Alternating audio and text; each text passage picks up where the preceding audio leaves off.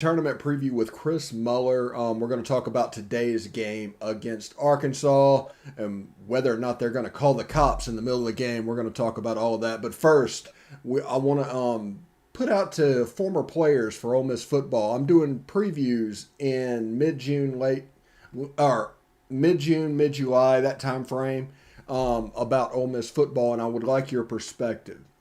If you're interested in doing that, hit us up at positivelyolemiss.gmail.com. Again, that is positivelyolemiss at gmail.com. So I'd appreciate that. Chris, you know, up until now, we were talking like, hey, this is a dress rehearsal for the regional. This means this, but that officially stopped with that win. Now it's about winning this thing. Yeah, I mean, you get this far, and I think winning the tournament obviously is in play. We've gotten this far. There's no reason not to win it. It's really one extra game if you look at it in the grand perspective, because we're going to play today anyway. So we might as well win it and play tomorrow and win it and come home with a trophy, as far as I'm concerned. Yeah, and we played Arkansas mid-year. This is kind of a different team at this point with Ole Miss than it was when that game was played. But what do we have with Arkansas coming in here? Yeah, and I think that we've really gelled a lot since the time that we played Arkansas. That Sunday game was really kind of a crazy game for us, and it was a nip and tuck game, kind of like the LSU game that we talked about yesterday. But if that game goes the other way, I think Arkansas' season might be a little bit different, and I know our season's a lot different than it is.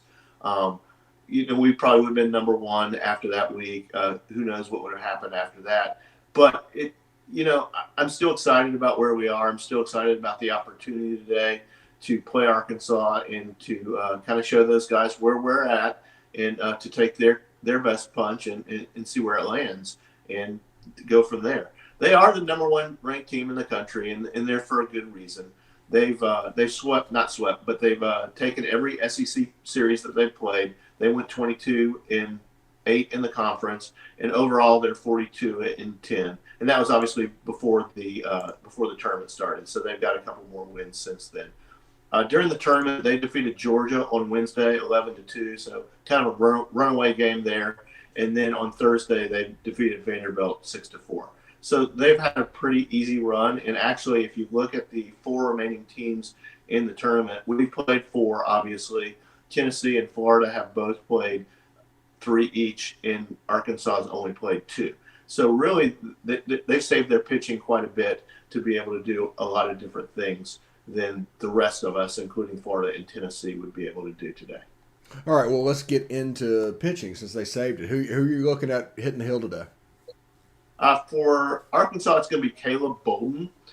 Caleb is not really a highly used guy. He's pitched 15 games on the year, primarily a midweek guy, although he did have three SEC starts against South Carolina, Georgia, and Florida. He's gotten a no decision in each SEC game. I believe it's somewhere between 2 and 3 innings pitched in each of the three SEC games that he's done so far this year. Yeah, and is there any chance of the cops getting called today? Yeah, there's a good chance the cops are going to get called today. Kevin Kopps is the SEC pitcher of the year. He's 10-0 on the year, 9 saves.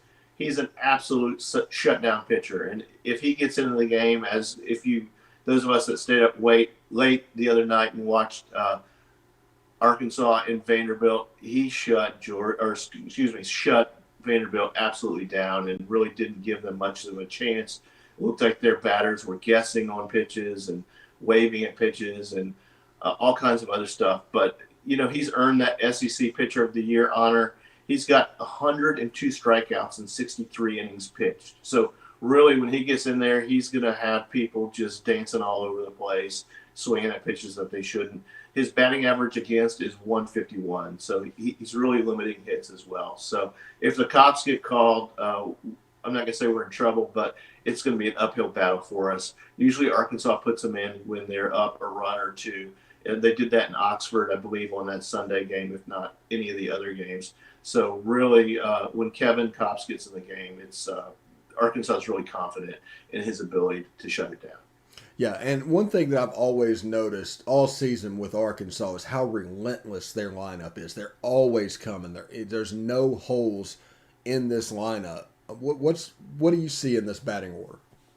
Yeah, if you think back to that game in Oxford on Sunday when they got out to the huge lead, and then we tied it, I believe, at 14, they that didn't bother them too much. It didn't seem like, and they came back and they put 4 runs on the board on top of the tie that we put on them, and so it was really, I'm not going to say deflating, but for us to come back and tie it at 14, we felt like we really had the momentum, and then they took it away from us with 4 runs of their own.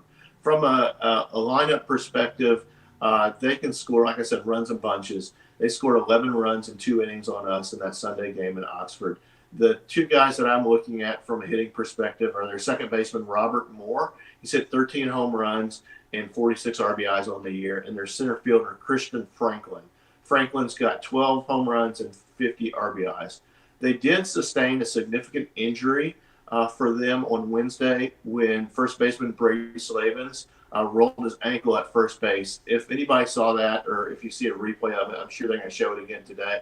But it really, really looked ugly to me, and it really looked like he could have broken his ankle. Apparently he didn't, but he's out for the rest of the tournament for sure, and probably a week or two, if not 3 after that. The Arkansas websites are saying that he might be done for the season. It's a big loss for them. He contributed 13 home runs, had a 300 batting average, 60 hits, in a team leading 59 RBIs. So really, really a strong player that they lost in Slavens.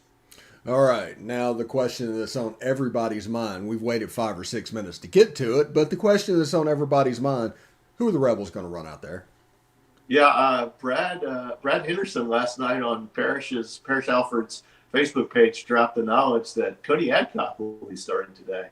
So Cody has 12 appearances, no record. He's got a 5.4 ERA, 2.2 walks and hits per innings pitched. He's only has 15 innings pitched. He's allowed 9 walks, 21 strikeouts. I expect a pretty short leash. I'm hopeful he's able to turn in a performance, though, like Tyler Myers did yesterday, and really give us are we all? Yeah. If he's able to do that, or even come close to that, we're going to be in really good shape. So he has gone 2 innings or 6 outs in 3 different games. So he's got a little bit of length in him. But if he gets in any trouble, we're going to go to the pen. All right, what are we looking like in the pen? Where are we at in that? Yeah, in the pen, there's 3 guys that I've singled out that I think we can go to that haven't pitched yet this week. One of my favorite guys I've talked about on this show is Wes Burton. I just love Wes's energy and how his approach on the mound, how he psychs himself up and gets real fired up on the mound. So I'd love to see Wes get the opportunity to pitch today. I also expect Austin Miller to get out there and Mitch Morrell to get out there as well. All right. And anything else you would like to add? Yeah. The boys are never out of the fight. We've proven that time after time. You look at the Arkansas Sunday game, you look at the LSU Sunday game, they just don't give up. They're relentless and resilient. And so I'm really, really happy with where we are from an energy standpoint. I hope they, even if things don't turn out successful today, I hope they have fun out there. It's a game, and that's why we play it. I want everybody to cheer loud, either from Hoover or from your couch. I hope you get this one and play for a championship tomorrow. And to paraphrase Herm Edwards, a really great football coach, if you're going to play the game, you might as well win it. So that's my motto for today.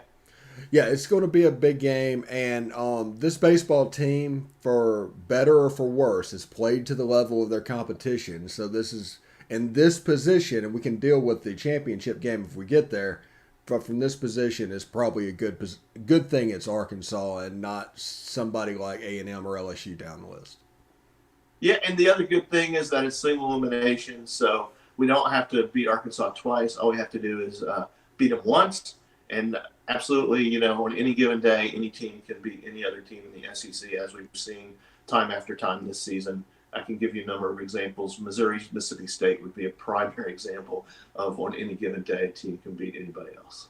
Yeah, and before we go, today's game is probably going to hold the most sway. Do you think Ole Miss has a chance with the 2 wins to play their way into a national seed? if we win today, I absolutely firmly believe that we are in a heated conversation for a national tournament seed. If we don't win today, we're probably in that 9-10 range, but I still think we're in the conversation. But if we win today, I think the guys in Indianapolis are going to have some talks about where they put us, whether it's on that 7-8 line or that 9-10 line. But obviously, I'm hoping for that 7-8 line. All right, Chris Muller talking Ole Miss baseball. Ole Miss versus Arkansas. First pitch today about 4:30 Eastern, 3:30 Central ish, depending on the first game. After the game, we'll come back with a little reaction and serve you up that way everything that you need. But for Chris Muller, I'm Stephen Willis, and as always, hotty toddy. Hotty toddy.